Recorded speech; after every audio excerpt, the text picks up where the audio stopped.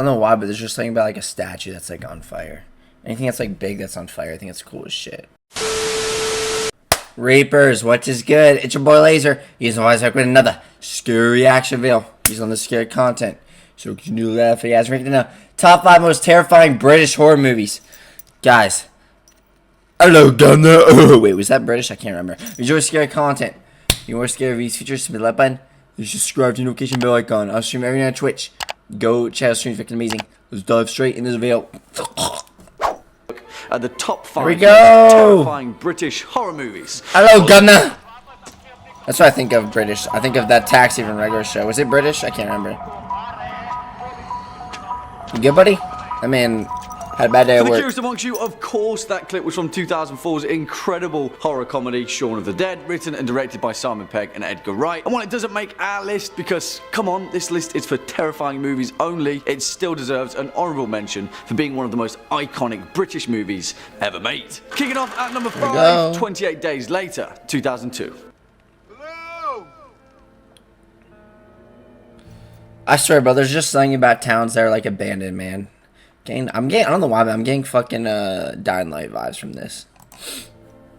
Dying Light vibes. Something so eerie about seeing a town that's like abandoned. I love it, And though. the fact that we haven't yet spoken about 28 Days Later on this channel is a bit of a shocker. I'm shocked, but there's no time like the present. Written by Alex Garland and directed by the legendary author Danny Boyle, 28 Days Later was the film that was responsible for reigniting a frenzied thirst for the somewhat stale and overplayed zombie genre. This time, though, we weren't inundated by an ancient curse that ravaged the living dead, but instead a very physical, highly contagious virus that didn't turn its victims into shambling zombies, but angry, rage-ridden zombies. man-eaters. 28 Days Later was terrifying because it's the definition of blood and guts. The first time I saw this film, I was awestruck by its cinematic beauty. Despite the fact that it depicts a post-apocalyptic Britain, it manages to successfully layer itself with a level of... Wait, did he just hit himself with the axe? How do you accidentally... See his knife, guys? I'm putting it flat first on the ground. Hopefully I don't fall asleep. I'm looking very, sleepy. Isolation, not always captured within the zombie genre. The London my wasteland pillow? scene of 28 Days Later Oh, creating atmosphere and building tension, pinned up by the incredible musical score by John Murphy. It also stars Michael Cillian Murphy alongside Naomi Harris. I actually almost cut myself there. The formidable Brendan Gleeson, and of course Christopher Eccleston before he became Doctor Who. If you want to understand British horror, watch 28 Days Later because it truly sets the benchmark. Swinging in at number 4, The Descent, 2005.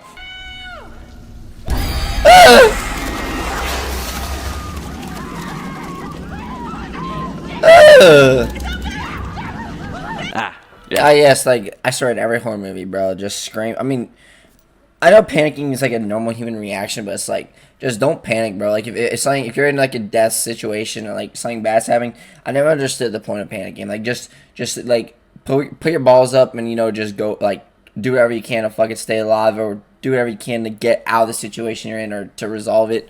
But just don't panic. I don't care how fucked up or scary it might seem at the moment. Trust me, because everything in the moment is like 10 times more scary. Like, you just, sometimes it hits you just like that, and like you could just be driving, bro, and I don't know, your car decides to fucking, you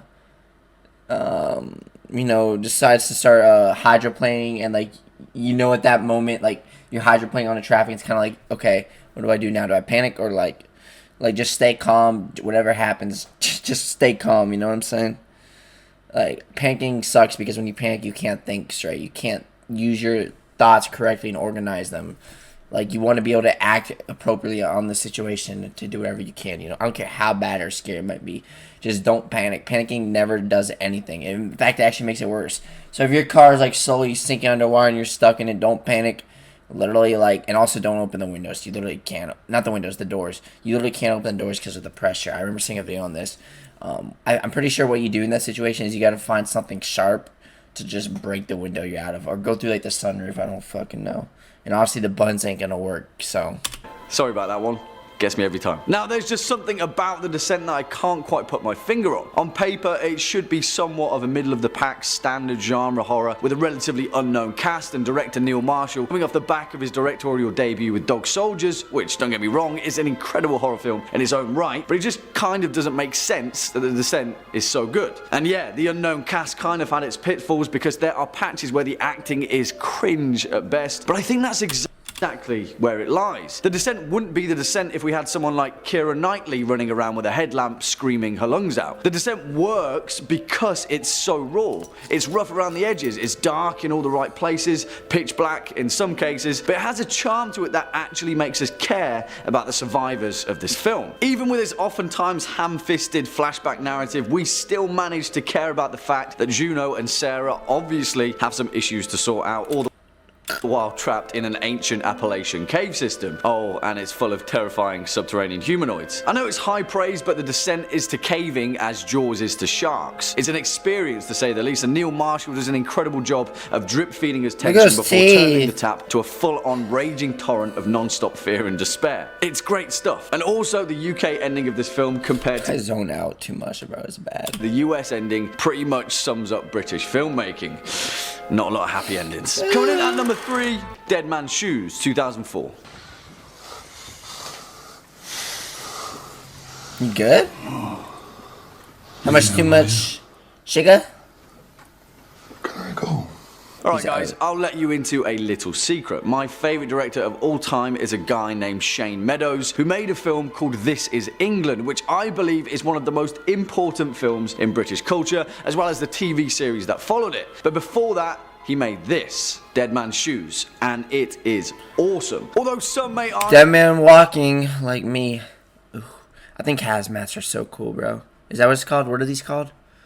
Radiation helmets? I don't fucking know. Hazmat suits, is that what they're called? That this isn't exactly a horror film in the conventional sense. Thankfully for us, Meadows is a wonderfully unique director that expertly blends genres and conventions in a particularly British manner. Dead Man's Shoes, first and foremost, is a revenge film, but it exemplifies the horrors that are found at a social level and the relationships that define us, from our families to the ones that have wronged us. It stars Paddy Considine, one of the most underrated actors in British cinema, as a man named Richard, an ex-paratrooper in the British Army that returns to his small town home of Matlock, Derbyshire, where he has a few scores to settle for his younger brother, Anthony. I'll avoid talking any more about the plot because Dead Man's Shoes is a real seat-of-your-pants roller coaster, but what you'll experience is a completely British horror story that sticks out like a sore thumb, and I mean that in the highest regard. Next up at number 2, The Wicker Man, 1973. They do not lie awake in the dark and weep.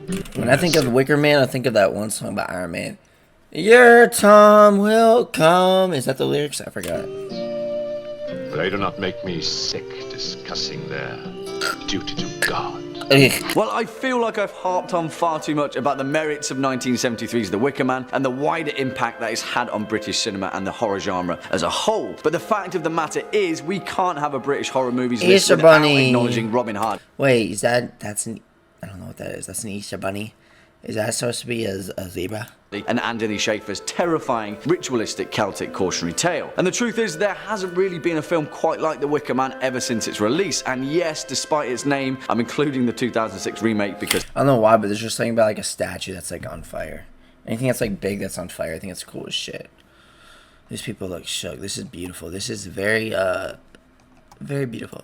That is not a horror film, it's a comedy. However, there may be something recently in the pipeline, Midsummer, which is set to be released in August, from Ari Aster, the director of the incredible 2018 horror showstopper Hereditary. So keep your eyes peeled. Hey, maybe British horror conventions are beginning to get picked up into the mainstream, and here it's perhaps important to talk about folk horror, because The Wicker Man served as one of the inspirations for an incredibly important subgenre of British horror cinema. The so-called British folk revival has slowly been making headway with directors such as Ben Wheatley and Peter Strickland, but before that it was encapsulated under the banner of the so-called Unholy Trinity. Three widely important British counterculture films, 1968's Witchfinder General, 1973's Blood on Satan's Claw, and of course, The Wicker Man. All three of which point to the fact that there may be something a little sinister lurking within Britain's green and pleasant lands. Hey, that's 4 films in 1 point, I'm keeping it real. And finally, our number 1 spot, Threads, 1984.